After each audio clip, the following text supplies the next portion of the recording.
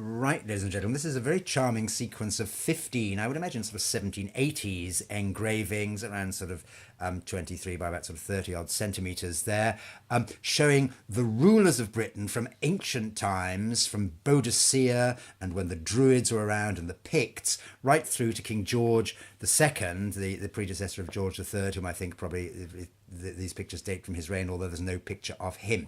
So it's distressed. They've obviously been kept loose, and somebody's looked through them over the years. They were like a sort of little reference thing. They've never, I think, particularly been in a frame. They've been handled a lot.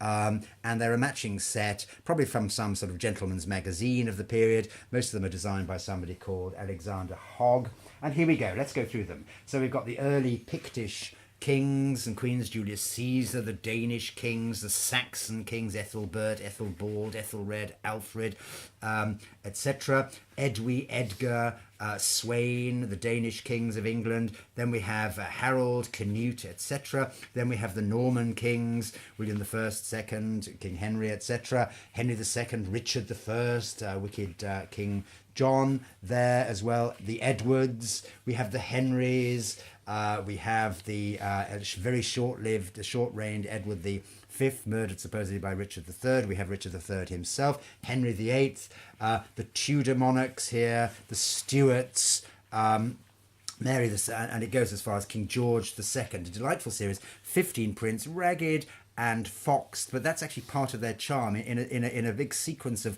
float-mounted frames, they could look quite spectacular on a wall.